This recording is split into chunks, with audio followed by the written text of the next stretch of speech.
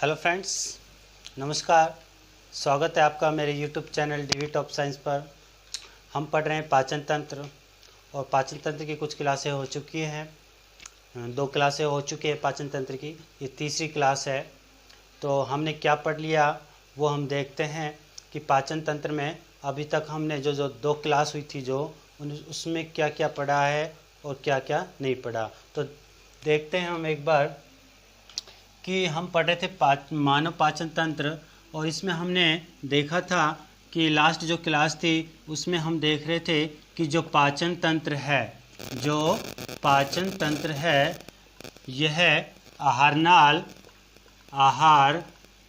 नाल व पाचक ग्रंथियों से मिलकर बना होता है।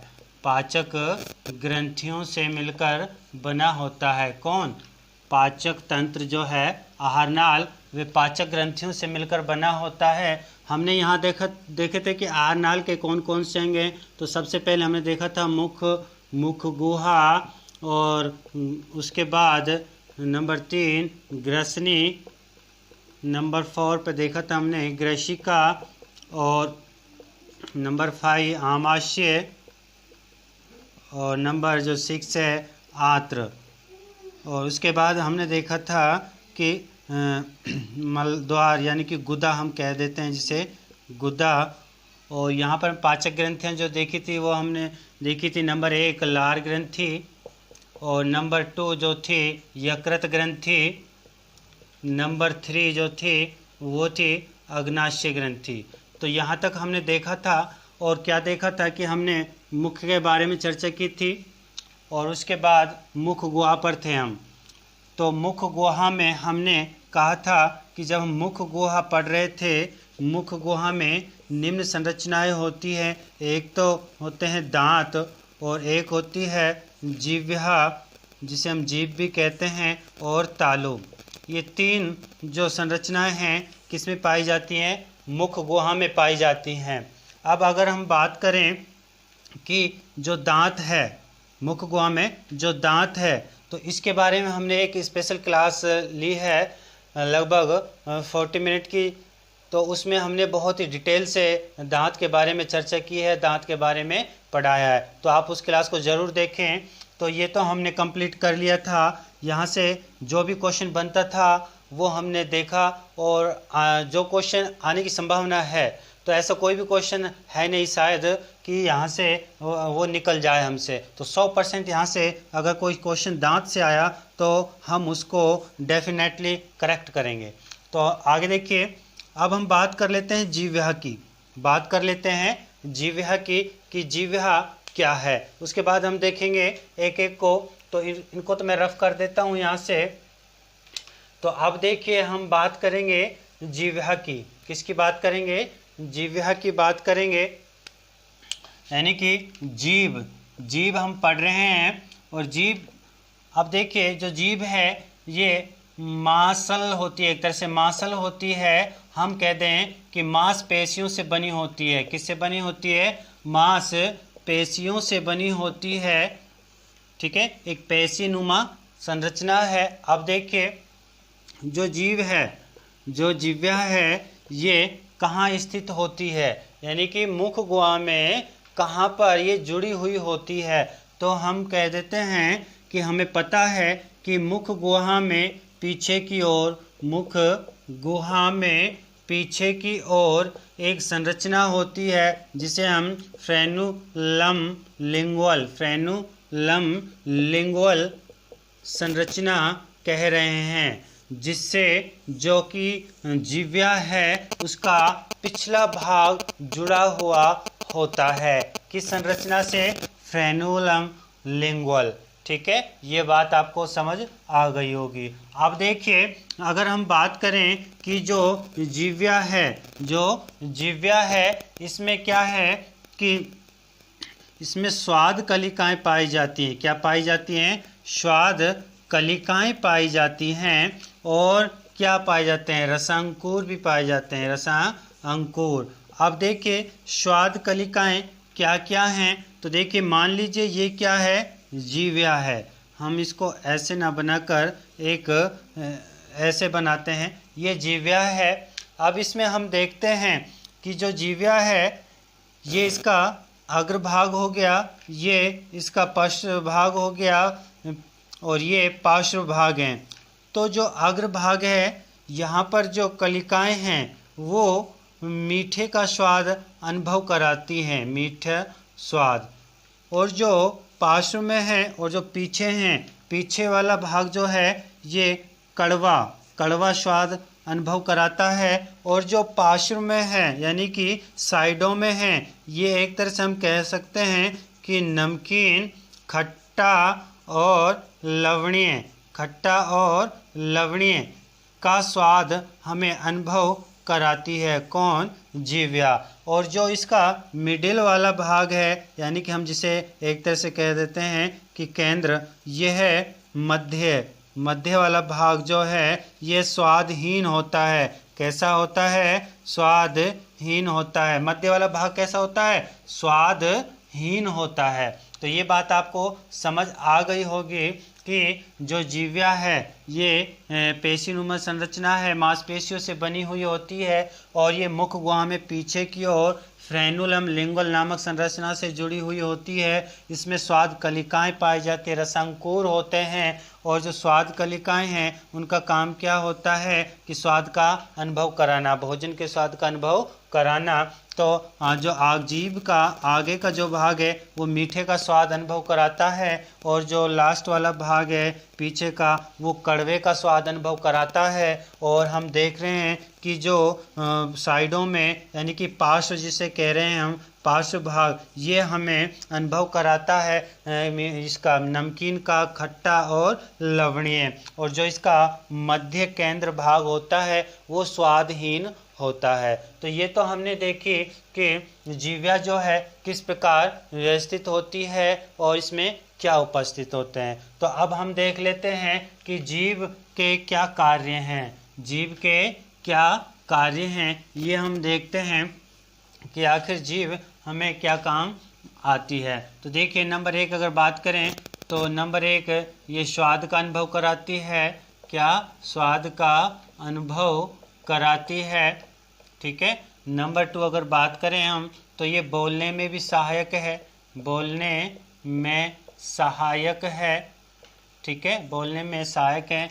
नंबर 3 अगर बात करें नंबर 3 की तो ये भोजन चबाने में सहायक है, भोजन चबाने में सहायक है।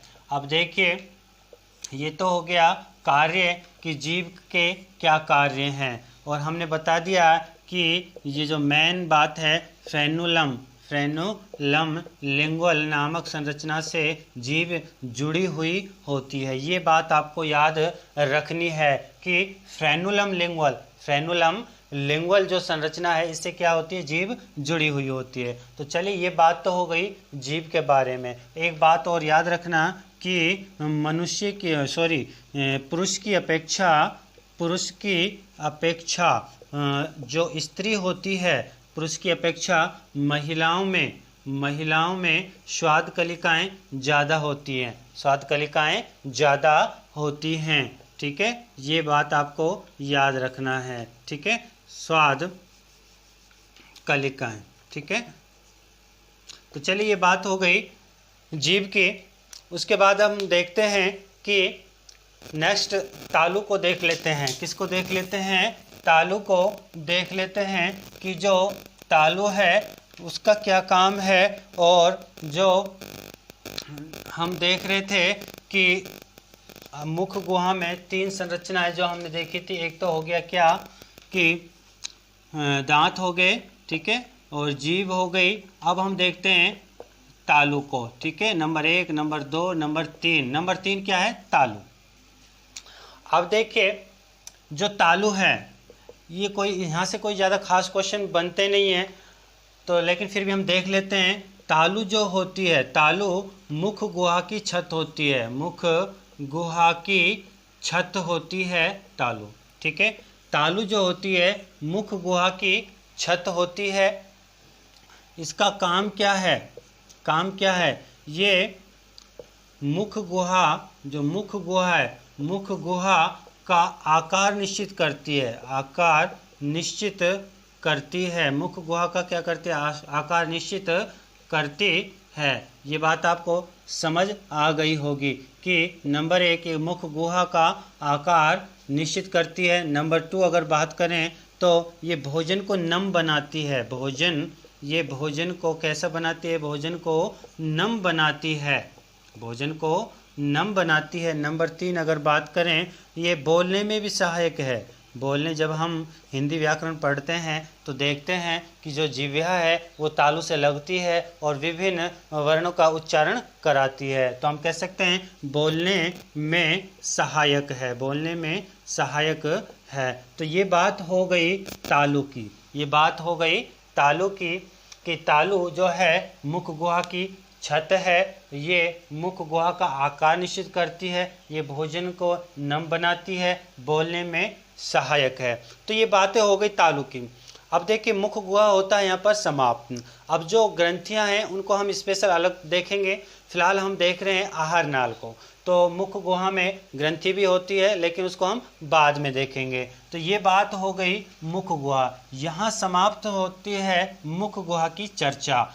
अब हम अगर बात करें तो अपने डायग्राम में देखते हैं कि हमने यहाँ मुख देख लिया, ये मुख गुहा देख ली, ठीक है। उसके बाद अब नंबर 3 जो आहारनाल का जो अगला भाग है, नंबर 3 हम बात कर रहे हैं किसकी, ग्रसनी की। किसकी बात कर रहे हैं, ग्रसनी की, फेरिंक्स की। अब देखिए जो ग्रसनी है, जो ग्रसनी है ये कहाँ होती है।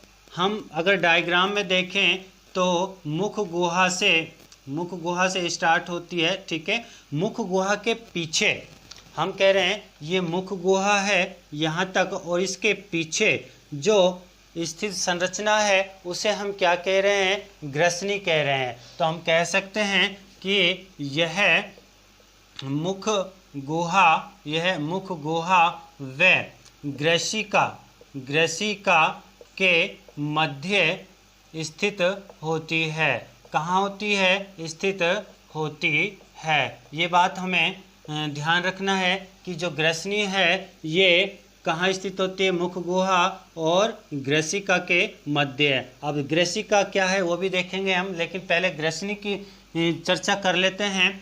देखिए जो ग्रसनी होती है ये मुख गुहा से जुड़ी हुई होती है। इसका एक भाग मुख गुहा से जुड़ा हुआ होता है और दूसरा भाग जो है ग्रसिका से जुड़ा हुआ होता है। अब देखिए हम क्या देखते हैं कि ग्रसिका जो है, ग्रसिका में भोजन का पाचन नहीं होता है। किसका पाचन नहीं होता है, भोजन का पाचन नहीं होता है। कहाँ, भोजन का पाचन नहीं होता है ग्रसिका में।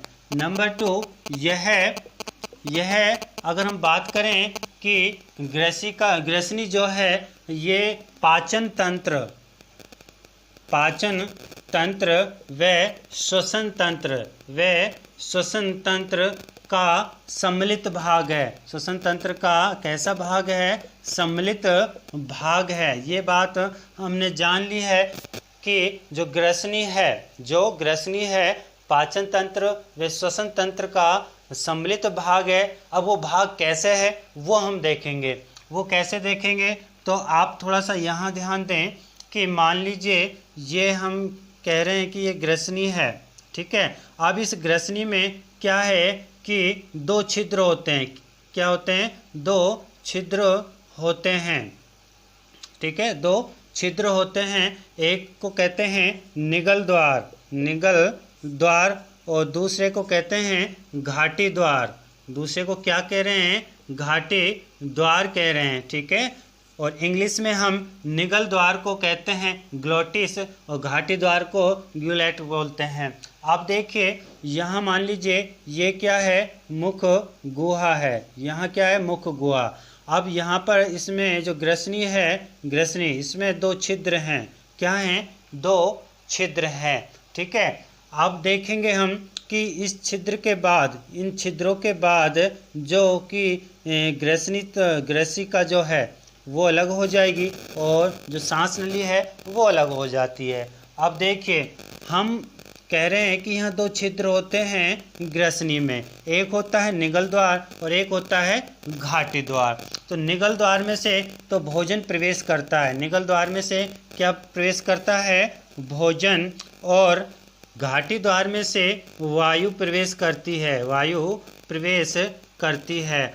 अब जब हम भोजन करते हैं तो क्या होता है कि कभी कभार भोजन है जो सांस नली में चला जाता है, यहाँ ना जाकर यहाँ चला जाता है। ये बात आपको समझ आ रही होगी कि जब हम भोजन करते हैं कभी कभार तो भोजन के जो कण हैं वो सांस नली में चले जाते हैं, बजाय किसके?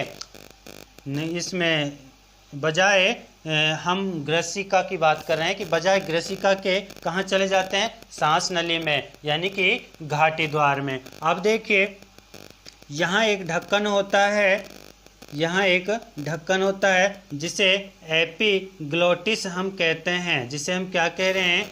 एपिग्लोटिस कहते हैं। यह जो ढक्कन है ये क्या करता है कि जब हम भोजन को अंदर निगलते हैं, अंदर लेते हैं, तो ये घाटी द्वार को ढक देता है। क्या कर देता है? घाटी द्वार को ढक देता है, जिससे कि भोजन जो है, भोजन के कण कहाँ नहीं जाएं?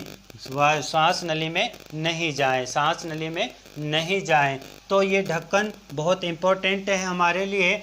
तो हमें भोजन कभी भी जल्दी नहीं करना चाहिए, चबा चबा कर करना चाहिए और आराम से करना चाहिए, बिना बोले। तो ये बात हमें समझ आ गई है कि जो ग्रसनी है उसमें दो छिद्र होते हैं, एक तो निगल द्वार, एक घाटी द्वार, और यहाँ पर एक ढक्कन होता है जिसे हम एपिग्लोटिस कहते हैं। इसका काम क्या है कि ये भोजन को निगलते समय सांस नली पर यानी कि घाटी द्वार को ढक देता है, जिससे भोजन के कण कहाँ नहीं जाएं? सांस नली में नहीं जाएं। कभी कभार अगर भोजन सांस नली में चल जाता है तो एक धसका सा लगता है और कभी कभार तो मृत्यु भी हो जाती है। तो ये बात हो गई किसकी? ग्रसनी की। इसके बाद क्या होता है कि हमने बताया ग्रसनी में कोई पाचन तो होता नहीं है, ये क्या करता है? भोजन को आगे पहुंचाता है कहाँ? ग्रसनी से ग्रसिका में। तो चलिए अब बात करते हैं हम ग्रसिका की। किसकी बात करते हैं? ग्रसिका की। तो देखिए हमने ग्रसनी पढ़ ली है और ग्रसनी के बारे में जो भी इम्पोर्टेंट बातें हैं वो मैंने आपको बता दी हैं कि इसमें निगल द्वार और घाटी द्वार दो छिद्र होते हैं और ये पाचन तंत्र और श्वसन तंत्र, पाचन तंत्र व श्वसन तंत्र का सम्मिलित भाग है। ये बात इम्पोर्टेंट है। कभी कभार क्वेश्चन पूछ लिया जाता है कि वह कौन सा अंग है जो पाचन तंत्र व श्वसन तंत्र का सम्मिलित भाग है। अब चलिए हम देखते हैं कि नंबर 4 पे हम देखते हैं ग्रसिका, जिसे हम क्या कह रहे हैं? ओइसोफेगस कह रहे हैं, जिसे हम क्या कह रहे हैं? ओइसोफेगस कहते हैं। यानी कि एक तरह से हम इसे फूड पाइप भी कहते हैं, फूड पाइप कह रहे हैं। अब देखिए इसका काम भी इसके यहाँ से जो क्वेश्चन है वो ज़्यादातर क्या पूछे जाते हैं वो हम देखेंगे, लेकिन इसका काम जो है वो क्या है वो देखते हैं। ग्रसिका जो होती है, ग्रसिका ये देखिए यहाँ से और यहाँ तक ये जो संरचना हमें दिखाई दे रही है ग्रसिका दिखाई दे रही है। ठीक है, क्या दिखाई दे रही है? ग्रसिका दिखाई दे रही है। और इसको हम देखिए कहाँ से कहाँ तक देख रहे हैं कि यह सबसे पहले अगर हम बात करें कि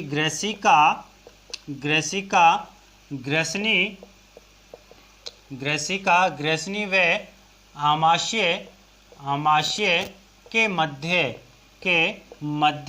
स्थित होती है, आमाशय के मध्य स्थित होती है। ये बात आपको समझ आ गई होगी। ठीक है, उसके बाद अगर हम देखें कि जो ग्रसिका है, ग्रसिका में भोजन का पाचन नहीं होता, इसमें भी भोजन का पाचन नहीं होता है, भोजन का पाचन नहीं होता है। अगर हम इसकी बात करें लंबाई की, अगर हम इसकी बात करें लंबाई की, तो इसकी जो लंबाई है लगभग 25 सेंटीमीटर होती है, लगभग 25 सेंटीमीटर होती है एक वयस्क मनुष्य में, ठीक है, लंबाई। अब देखिए इसमें भोजन जो भोजन है, ग्रसिका का काम क्या है, यह क्या करती है कि भोजन को आमाशय तक पहुंचाती है, भोजन को आमाशय तक पहुंचाती है। कौन, ग्रसिका। तो हम कह सकते हैं कि यह भोजन को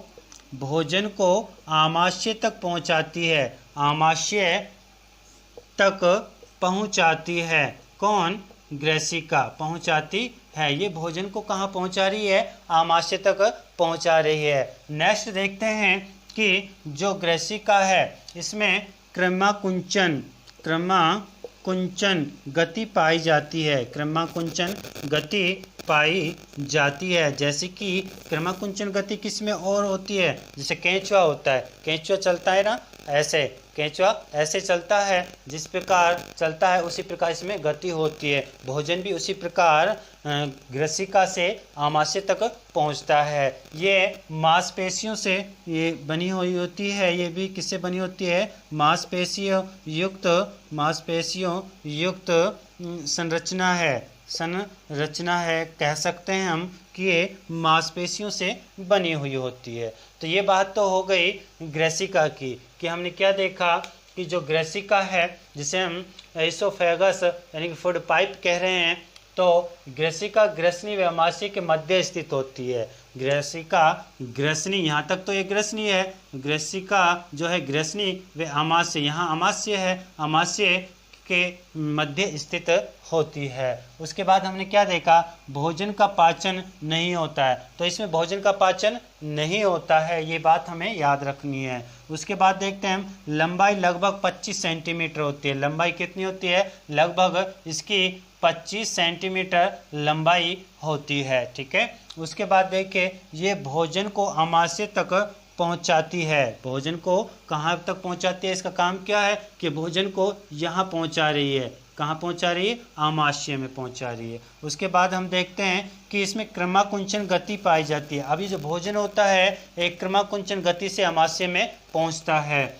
मांसपेशियों युक्त संरचना है, कैसी है, पेशियों युक्त संरचना होती है, ठीक है। तो ये बात हो गई किसकी, ये बात हो गई भैया ग्रसिका की। किसकी बात हो गई, ग्रसिका की। तो इसे मैं रफ कर देता हूँ। उसके बाद हम देखेंगे आमाशय, जो कि आहार नाल का भाग है, आमाशय। इसके बारे में हम देखते हैं कि क्या क्या यहाँ से क्वेश्चन बनने की संभावनाएं व्यक्त की जाती हैं और क्या क्या इसमें होता है।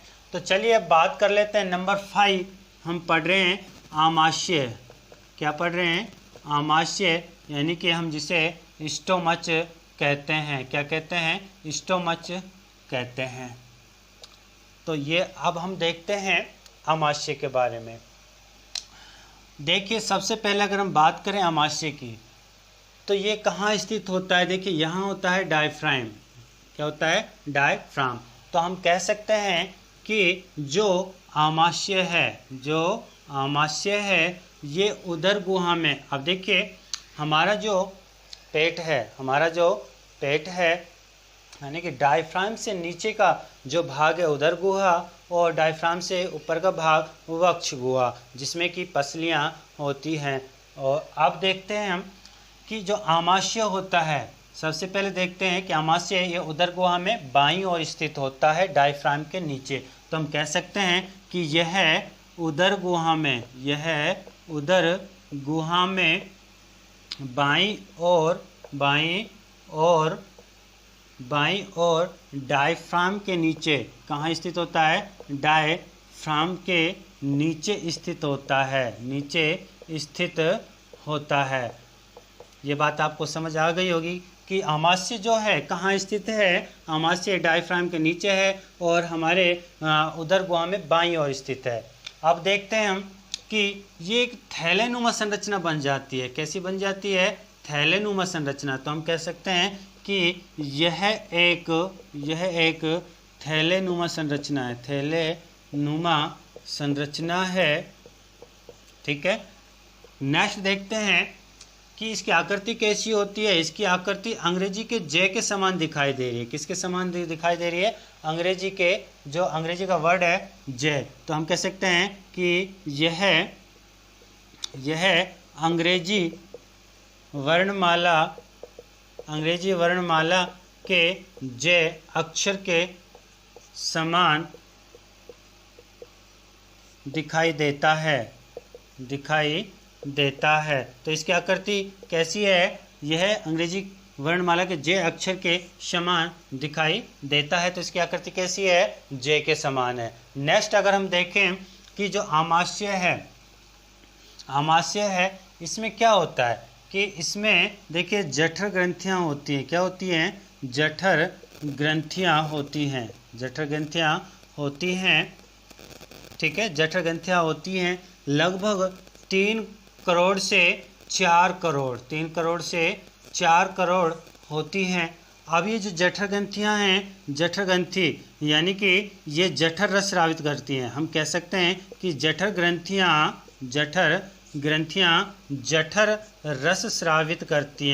जठर रस स्रावित करती हैं। तो ये बात हमको यहाँ तक समझ आ गई कि जठर ग्रंथियाँ होती हैं और ये क्या स्रावित करती हैं? जठर ग्रंथियाँ जठर रस क्या स्रावित करती हैं? जठर रस स्रावित करती हैं। गैस्ट्रिक जूस, जिसे हम गैस्ट्रिक जूस बोलते हैं। अब देखिए जो आमाशय होता है, आमाशय में जो जठर रस होता है, इसका जो पीएच मान होता है, जठर रस का पीएच मान जो होता है, हम कहते हैं कि ये अम्लीय होता है। तो 1.2 से 1.8 पीएच होता है। 1.2 से 1.8 पीएच मान होता है जठर रस का। ठीक है, अब देखिए आमाशय में जो भोजन आता है, लगभग यह 4 घंटे तक ठहरता है। ये बात आपको समझ आ गई होगी कि आमाशय में जो भोजन आता है लगभग 4 घंटे तक ठहरता है। ठीक है, और आमाशय जो है ये 24 घंटे में आमाशय, हम कह सकते हैं कि आमाशय 24 घंटे में लगभग 1.5 लीटर जठर रस स्रावित करता है। तो ये बात आपको समझ आ गई होगी कि हम क्या देख रहे हैं,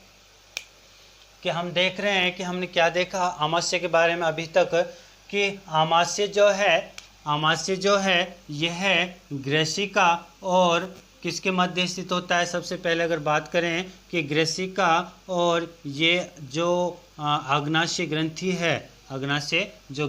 है, और हम बात करें स्मॉल इंटेस्टाइन, तो स्मॉल इंटेस्टाइन के मध्य स्थित होता है। और अगर हम बात करें कि ये उदर गुहा में बाईं ओर स्थित होता है, डायफ्राम के नीचे स्थित होता है। ठीक है, हम यहाँ देख रहे हैं ये उदर गुहा में बाईं ओर डायफ्राम के नीचे स्थित होता है। ये एक थैलेनुमा संरचना है और क्या है, यह अंग्रेजी वर्णमाला के जे अक्षर के समान दिखाई देता है। जठर ग्रंथियाँ होती हैं। ठीक है, इसमें क्या होती है? जठर ग्रंथियाँ 3 से 4 करोड़ जठर ग्रंथियाँ पाई जाती हैं। लगभग जठर ग्रंथियाँ जठर रस स्रावित करती हैं।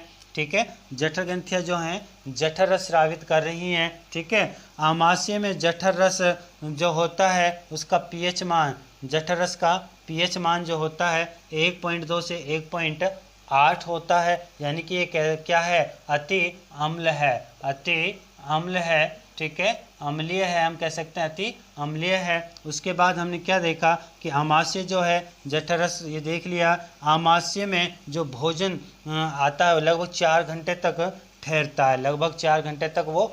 है, उसका पाचन होता है, डाइजेशन होता है। उसके बाद हम देखते हैं कि आमाशय जो है 24 घंटे में, यानी कि एक दिन में लगभग 1.5 लीटर जठर रस स्रावित करता है। 1.5 लीटर जठर रस स्रावित करता है। तो जठर रस जठर ग्रंथियाँ स्रावित करती हैं। अब वो कैसे स्रावित करती हैं कभी कभार तो देखेंगे हम, अभी और भी चर्चा कर रहे हैं। तो देखिए यहाँ से तो मैं इसको करता हूँ रफ, और अब हम बात करेंगे आमाशय के नेक्स्ट कि आमाशय में और क्या क्या होता है। तो यहाँ तक तो हमने देख लिया है, तो अब हम देखेंगे कि आमाशय में कुछ कोशिकाएं भी होती हैं। क्या होती है? कोशिकाएं। ठीक है, आमाशय में कोशिकाएं पाई जाती हैं, जैसे ऑक्जेंटिक सेल। क्या होती है? ऑक्जेंटिक सेल होती है। ऑक्जेंटिक कोशिका लिख देता हूँ मैं, ऑक्जेंटिक कोशिका। नंबर 2 एक होती है श्लेष्मा, श्लेष्मा कोशिका होती है। ठीक है। नंबर 3 की बात करें हम तो यहाँ होती है पेप्टिक। क्या होती है? पेप्टिक कोशिकाएं होती हैं। अब अगर हम बात करें एक एक की तो देखिए ऑक्जेंटिक जो कोशिका है ये HCl का निर्माण करती है। ऑक्जेंटिक जो कोशिका है वो HCl स्रावित करती है, यानी कि HCl का निर्माण करती है। अब बात करें श्लेष्मा कोशिका की तो ये श्लेष्मा स्रावित करता है। क्या स्रावित करता है? श्लेष्मा। इसका काम क्या है?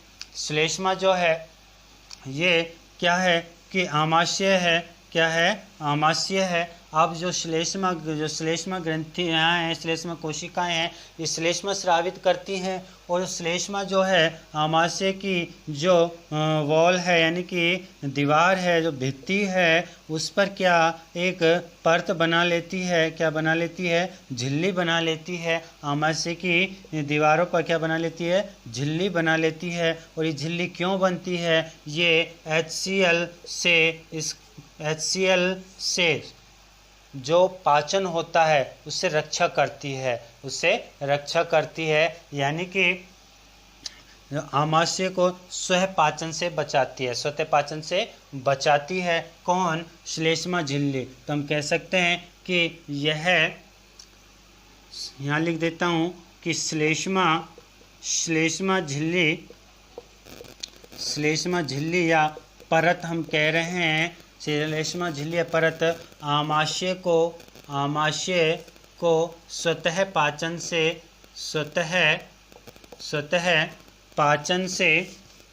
रक्षा करती है। स्वतः पाचन से रक्षा करती है। कौन करती है? ये करती है श्लेष्मा झिल्ली। श्लेष्मा झिल्ली आमाशय की जो स्वतः पाचन से रक्षा कर रही है। ठीक है, तो ये बात हो गई श्लेष्मा की। अब हम देख लेते हैं कि पेप्टिक जो कोशिकाएं हैं, पेप्टिक जो कोशिकाएं हैं इनका काम क्या है? तो देखिए एक तो होती है प्रोपेप्सिन, ठीक है, और एक होती है प्रोरेनिन। तो ये क्या करती है? पेप्टिक कोशिकाएं ये निष्क्रिय अवस्था में होती हैं। ये जो एंजाइम होते हैं ये निष्क्रिय अवस्था में होते हैं। तो ये जो पेप्टिक कोशिकाएं हैं ये इनको सक्रिय कर देती हैं। तो फिलहाल तो ये क्या हैं? निष्क्रिय अवस्था में हैं। कैसी हैं? निष्क्रिय अवस्था में हैं। और जब इस पर पेप्टिक कोशिकाएं कार्य करना प्रारंभ कर देती हैं तो ये कैसी हो जाती हैं? सक्रिय हो जाती हैं। कैसी हो जाती हैं? सक्रिय हो जाती हैं। और किसके कौन से रूप में बदल जाती हैं? तो देखिए जो प्रोपेप्सिन है ये तो पेप्सिन में बदल जाएगी। किस में बदल जाएगी? पेप्सिन में बदल जाएगी। ठीक है, और जो प्रोरेनिन है ये रेनिन में बदल जाएगी। किस में बदल जाएगी? रेनिन में बदल जाएगी। ठीक है, तो ये बात आपको समझ आ गई होगी कि ऑक्जेंटिक कोशिकाएं HCl का निर्माण करती हैं, श्लेष्मा कोशिकाएं श्लेष्मा झिल्ली का निर्माण करती है, और पेप्टिक कोशिकाएं जो हैं वो प्रोपेप्सिन और प्रोरेनिन जो कि निष्क्रिय होते हैं इनको सक्रिय करके क्या बना रही है।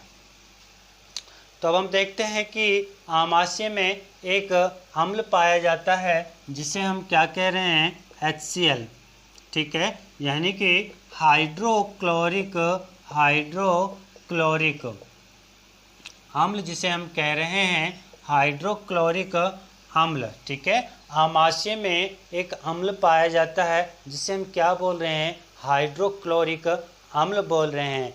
ये कैसा होता है? अति अम्ल होता है, अति अम्लीय होता है, अति अम्लीय होता है, यानी कि इसका पीएच मान 0 से 0.2 के लगभग होता है। तो चलिए हम बात कर लेते हैं कि जो HCl है ये पाचन नहीं करता। क्या करता है? यह पाचन नहीं करता, बल्कि क्या करता है? ये पाचन में मदद करता है। क्या करता है? पाचन में मदद करता है। वो कैसे करता है? क्योंकि जो HCl है ये एंजाइम जो हैं, जैसे रेनिन है, पेप्सिन है और जो जठर रस हैं, इनको स्रावित करने के लिए प्रेरित करता है। अब देखिए कि जो HCl है पाचन में मदद कर रहा है, इसका काम क्या है? ये जैसे भोजन के साथ, अगर देखिए सबसे पहले तो हम मुख गुहा में जो लाइसोजाइम एंजाइम है वो क्या करता है? भोजन के साथ जो हानिकारक सूक्ष्म जीव होते हैं उनको नष्ट कर देता है। लेकिन अगर फिर भी कभी कभार कुछ जीवाणु से बचकर हमारे अंदर आमाशय में पहुंचते हैं तो HCl क्या करता है? उनको नष्ट कर देता है। HCl उनको क्या कर देता है? नष्ट कर देता है। तो काम क्या है? यह हानिकारक सूक्ष्म जीवों को नष्ट कर देता है। कौन? HCl। तो ये बात आपको समझ आ गई होगी कि HCl का काम क्या है। अब देखिए कि जो HCl है, HCl की अगर मात्रा कम हो जाए तो हम उसे कहते हैं हाइपो एसिड। और हाँ, अगर ज़्यादा हो जाए तो हम कह सकते हैं उसे क्या कहते हैं? हाइपर एसिटिक या एसिड। हाइपर एसिटिक कह देते हैं, चलो एसिड। तो हम क्या कहते हैं? एसिडिटी हो गई। क्या कहते हैं कि कोई अगर एक फिक्स मात्रा से HCl की मात्रा ज़्यादा हो जाए तो क्या होता है कि हम कहते हैं उसको एसिडिटी होगी। तो पेट में क्या होती है? जलन होती है और दर्द होता है। ठीक है, तो हम क्या करते हैं? उसके लिए इसकी मात्रा को कम करने के लिए दुर्बल क्षार का उपयोग करते हैं। किसका उपयोग करते हैं? दुर्बल क्षार का उपयोग करते हैं। अब वो कौन कौन से क्षार हैं? तो देखिए हम बात कर रहे हैं कि जो HCl है, HCl इसकी मात्रा अगर ज़्यादा हो जाए, मात्रा ज़्यादा होने पर क्या होता है? मात्रा ज़्यादा होने पर जलन होती है। क्या होती है? जलन होती है, जिसे हम एसिडिटी कहते हैं। जिसे हम क्या कह रहे हैं? एसिडिटी कहते हैं। जलन होती है यानी कि एसिडिटी होती है। तो हम क्या करते हैं? तो हम दुर्बल क्षार का उपयोग करते हैं। दुर्बल क्षार का उपयोग करते हैं। ठीक है, अब दुर्बल क्षार क्या है? जैसे कि NaHCO3 यानी कि सोडियम कार्बोनेट जो कि इनो में होता है। कार्बोनेट जो कि किस में होता है? इनो में पाया जाता है। Sodium carbonate. ठीक है, अब देखिए इसके बाद धात्विक जो हाइड्रोक्साइड हैं, क्या हैं? धात्विक हाइड्रोक्साइड जो हैं, धात्विक हाइड्रोक्साइड भी पेट की अम्लता को यानी कि आमाशय की अम्लता को कम करते हैं। अब वो कौन कौन से हैं? नंबर 1 अगर बात करें हम, मिल्क ऑफ मैग्नीशिया यानी कि MgOH2 मैग्नीशियम हाइड्रोक्साइड, इसे हम इसका दूसरा नाम क्या है? मिल्क ऑफ मैग्नीशिया जिसे हम कह रहे हैं वो क्या है? धात्विक हाइड्रोक्साइड है। और क्या है? ये तो हो गया धात्विक हाइड्रोक्साइड।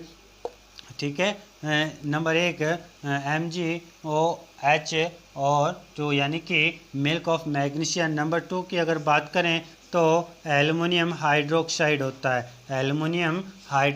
होता है। ये भी क्या करता है? पेट की अम्लता को कम करता है। ठीक है, तो हम क्या करते हैं कि कभी कभार जलन पैदा होती है, कुछ तीखा खा लेते हैं तो जलन होती है, तो हम क्या करते हैं, मीठा खाते हैं, और मीठा खाते हैं तो ज़्यादा जलन होती है, क्योंकि वही बात है, अगर आग में हम चीनी डालें, अगर हम चीनी डालें तो उस आग ज़्यादा जलेगी, तो वही बात है। तो अब जब कभी भी जलन हो तो सिर्फ पानी पिए। क्या पिए? पानी पिए। तो आग किससे बुझती है? पानी से बुझती है। ठीक है, तो ये बात हमने की HCl के बारे में। तो अब देखिए, इसके बाद हम बात कर रहे हैं कि आमाशय के बारे में बात कर रहे हैं, और आमाशय के जो भाग हैं उनको हम देख लेते हैं कि आमाशय के कितने भाग होते हैं। तो देखिए, ये क्या है, मान लीजिए ये आमाशय है। क्या है? आमाशय है। ठीक है, इसको हम आमाशय मान रहे हैं, और है भी आमाशय। ठीक है, अब देखिए, इसके 3 भाग होते हैं। कितने भाग होते हैं? 3 भाग होते हैं। ठीक है, ये है कार्डियक भाग। क्या होता है? कार्डियक भाग होता है। ठीक है, ये होता है फंडस, इसको हम क्या कह रहे हैं? फंडस भाग कह रहे हैं। और ये होता है पाइलोरिक। क्या होता है? पाइलोरिक। ठीक है, अब देखिए, इनको हम देखते हैं। देखिए, कार्डियक भाग में जो ग्रंथियां होंगी उनको हम कह देंगे कार्डियक ग्रंथि। अब जो फंडस भाग में जो ग्रंथियां होंगी उन्हें हम कह देंगे फंडस ग्रंथि। अब जो पाइलोरिक भाग में जो ग्रंथियां होंगी उन्हें हम कह देते हैं पाइलोरिक ग्रंथि।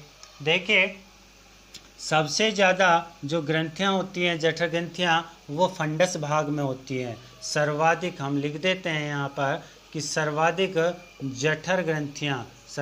जो जठर ग्रंथियां होती हैं वो कहाँ होती हैं? वो होती हैं फंडस भाग में होती हैं। तो ये बात आपको समझ आ गई होगी। यहाँ पर कपाट होते हैं और यहाँ पर भी कपाट होते हैं। एक तरह से क्या होते हैं? लॉक लग जाता है कि जब भोजन यहाँ से आता है तो ऊपर नहीं जाता, और जब यहाँ से निकल जाता है तो वापस रिटर्न नहीं होता, तो इसलिए इनमें कपाट पाए जाते हैं। तो ये कार्डियक भाग, फंडस भाग और ये पाइलोरिक भाग। तो सबसे ज़्यादा जो जठर ग्रंथियाँ होती हैं वो फंडस भाग में होती हैं। तो ये तो है आमाशय के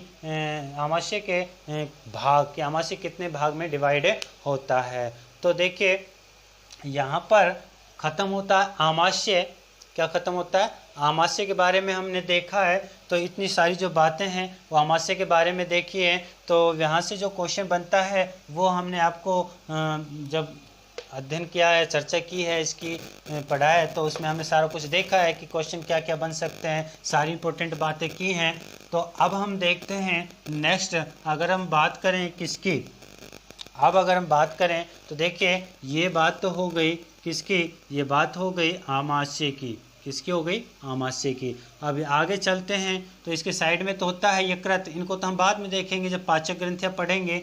और यहाँ पर अग्नाशय ग्रंथि जो होती है इसको भी हम बाद में पाचक ग्रंथियों में पढ़ेंगे। ठीक है, तो अब हम चलते हैं आंत्र पर। किस पर चलते हैं? आंत्र, इंटेस्टाइन। किसकी बात कर रहे हैं हम? आंत्र की बात कर रहे हैं। तो आंत्र जब हम पढ़ेंगे तो देखेंगे कि आंत्र क्या है, यानी कि इंटेस्टाइन की बात कर रहे हैं हम। ठीक है, अब देखिए, आंत्र जो हैं ये 2 प्रकार की होती है। आंत्र कितने प्रकार की होती हैं? 2 प्रकार की होती हैं। नंबर 1 अगर बात करें तो छोटी आंत्र, और नंबर 2 अगर बात करें तो ये हो जाती है बड़ी आंत्र। क्या हो जाती है? बड़ी आंत्र हो जाती है, और ये हो जाती है छोटी आंत्र। तो चलिए अब देखते हैं हम। सबसे पहले अगर देखें छोटी आंत्र को, तो देखिए यहाँ से स्टार्ट हो जाती है छोटी आंत्र, यहाँ से स्टार्ट होती है छोटी आंत्र। ठीक है, अब ये जो छोटी आंत्र है इसके 3 भाग होते हैं। तो यहाँ से चलकर ये जो है ये छोटी आंत्र ही चल रही है। ठीक है, अब हम बात करें कि छोटी आंत्र कहाँ स्थित होती है, तो देखिए, सबसे पहले अगर बात करें इसकी लंबाई की अगर बात करें तो लगभग कितनी होती है? लगभग 6 मीटर होती है। कितनी होती है? 6 मीटर होती है एक वयस्क मनुष्य में। ठीक है, और ये स्थित कहाँ होती है? यह आमाशय के, यानी कि हम कह सकते हैं कि ये आमाशय के पाइलोरिक भाग, आमाशय के पाइलोरिक व बड़ी आंत्र के कौन से भाग से? बड़ी आंत्र के सीकम भाग से। वे बड़ी आंत्र के सीकम भाग से, सीकम भाग से जुड़ी होती है, बड़ी आंत के सीकम भाग से जुड़ी होती है। यानी कि हम बात करें तो यहाँ से और ये बड़ी आंत का सीकम भाग यहाँ से स्टार्ट हो जाता है, यहाँ हम देख रहे हैं डायग्राम में, तो यहाँ पर ये जुड़ी हुई होती है। यानी कि अपेंडिक्स हम कह देते हैं कि अपेंडिक्स होती है, उससे जुड़ी हुई होती है अपेंडिक्स, जिसे हम अवशेषी अंग कहते हैं। क्या कह रहे हैं? जिसे हम अवशेषी अंग कह रहे हैं। अपेंडिक्स को अवशेषी अंग कह रहे हैं। तो हमने बताया कि अपेंडिक्स के अलावा हमारे शरीर में और कौन सी अवशेषी अंग है, तो वो होती है जिसे हम क्या कह रहे हैं? अक्कल दाढ़। क्या कह रहे हैं? अक्कल दाढ़, यानी कि विजडम टीथ, जो कि हमने दांत में देखा था। तो ये बात तो हो गई कि ये आमाशय के पाइलोरिक व बड़ी आंत के सीकम भाग से जुड़ी हुई होती है। अब इसके 3 भाग होते हैं। नंबर 1 अगर बात करें तो सबसे पहले हम बात कर लें डेड्यूनम की, तो यानी कि ये पहला जो है डेड्यूनम, ठीक है। नंबर 2 उसके बाद है जेजुनम, और नंबर 3 उसके बाद है एलियम, नंबर 3 एलियम। तो ठीक है, हम देख रहे हैं कि जो छोटी आंत्र है उसके 3 भाग होते हैं। तो हम देखते हैं कि ये जो संरचना है ये डेड्यूनम के यहाँ से स्टार्ट होती है, ठीक है। उसके बाद ये जो है जेजुनम है, इस ये वाला भाग जो जेजुनम है, उसके बाद ये वाला एलियम जो भाग कहाँ से जुड़ा हुआ होता है? अपेंडिक्स से जुड़ा हुआ होता है। एलियम भाग जो है अपेंडिक्स से जुड़ा हुआ होता है। तो देखिए सबसे बड़ा भाग अगर बात करें हम तो कौन सा? छोटी आंत्र का सबसे बड़ा भाग कौन सा होता है? तो देखिए एलियम होता है। एलियम सबसे बड़ा भाग होता है, यहाँ से स्टार्ट हो जाता है, सबसे बड़ा भाग होता है। अब इसका काम क्या है? छोटी आंत्र का काम, छोटी आंत्र का कार्य अगर बात करें तो सबसे पहले तो हम देखें कि यह आहारनाल की सबसे बड़ा अंग है। आहारनाल का क्या है? आहारनाल का सबसे बड़ा अंग है, सबसे बड़ा अंग है कौन? छोटी आंत्र। छोटी आंत्र जो है आहारनाल का सबसे बड़ा अंग है। और काम देखिए इसका क्या है कि यह यहाँ सर्वाधिक पाचन होता है। यहाँ भोजन का क्या होता है? यहाँ भोजन का सर्वाधिक पाचन होता है। कहाँ होता है? वो होता है छोटी आंत्र में। यहाँ भोजन का सर्वाधिक पाचन होता है। तो ये बात आपको समझ आ गई होगी कि भोजन का सर्वाधिक पाचन किस में होता है? वो होता है छोटी आंत्र में होता है, ठीक है। तो अगर पूछा जाए कि भोजन का सर्वाधिक पाचन कहाँ होता है? छोटी आंत्र में होता है। तो अब ये तो बात हुई छोटी आंत्र की। पाचन हम देखेंगे जब पाचन पढ़ेंगे कि भोजन का पाचन कैसे होता है। अभी तो पाचक ग्रंथियाँ और भोजन का पाचन पढ़ाना बाकी है। तो अब ये तो बात हो गई छोटी आंत्र की। अब बात कर लेते हैं हम बड़ी आंत्र की। तो बड़ी आंत्र के बारे में अगर हम जानें तो क्या देखते हैं कि जो बड़ी आंत्र है इसके भी 3 भाग होते हैं। नंबर 1 जो है सीकम होता है। क्या होता है? सीकम होता है। नंबर 2 कॉलन होता है, सीकम कॉलन। और नंबर 3 रेक्टम होता है। क्या होता है? रेक्टम होता है। तो सीकम वाला भाग कौन सा है? तो हम कह रहे हैं कि जहाँ से इलियम जुड़ती है वो वाला भाग क्या है? सीकम है। ये वाला भाग क्या है? सीकम है। उसके बाद अगर बात करें हम कॉलन की तो ये क्या है? कॉलन है। क्या है? कॉलन है, ठीक है। ये कॉलन है। तो ये कॉलन जो है उसके बाद ये कॉलन जो इसका सबसे बड़ा भाग क्या है? कॉलन है। सबसे बड़ा भाग बड़ी आंत का सबसे बड़ा भाग कौन सा है? सबसे बड़ा भाग कौन सा है? कॉलन है, ठीक है। उसके बाद अगर हम देखें तो यहाँ पर होता है रेक्टम। क्या होता है? रेक्टम, ठीक है। जिसे हम बात कर रहे हैं यानी कि मलाशय। क्या है? मलाशय, जो कि कहाँ खुलता है? एक मल द्वार के रूप में, मल द्वार के रूप में, या जिसे हम कह रहे हैं गुदा, जिसे हम कह रहे हैं गुदा, यहाँ पर खुलता है। तो जब भोजन चलता है मुख से मुख गुहा में, उसके बाद ग्रसनी, ग्रसी का आमाशय, आमाशय से होता है छोटी आंत्र, छोटी आंत्र से बड़ी आंत्र, और बड़ी आंत्र से फिर मलाशय में यानी कि जो रेक्टम है वहाँ एकत्रित होता है और मल द्वारा बाहर निकाल दिया जाता है। तो अब देखिए, अगर बात करें इसके कार्य की, बात करें इसके कार्य की, तो जो बड़ी आंत है यहाँ सर्वाधिक जो है पानी का अवशोषण होता है। पानी का क्या होता है? अवशोषण, यानी कि अवशोषण होता है। पाचन की क्रिया में क्या होता है? पानी का सर्वाधिक अवशोषण होता है। और क्या करता है? ये पचित भोजन को मल के रूप में बाहर निष्कासित करता है। बाहर मल के रूप में रेक्टम से बाहर निष्कासित करता है। तो ये बात आपको समझ आ गई होगी।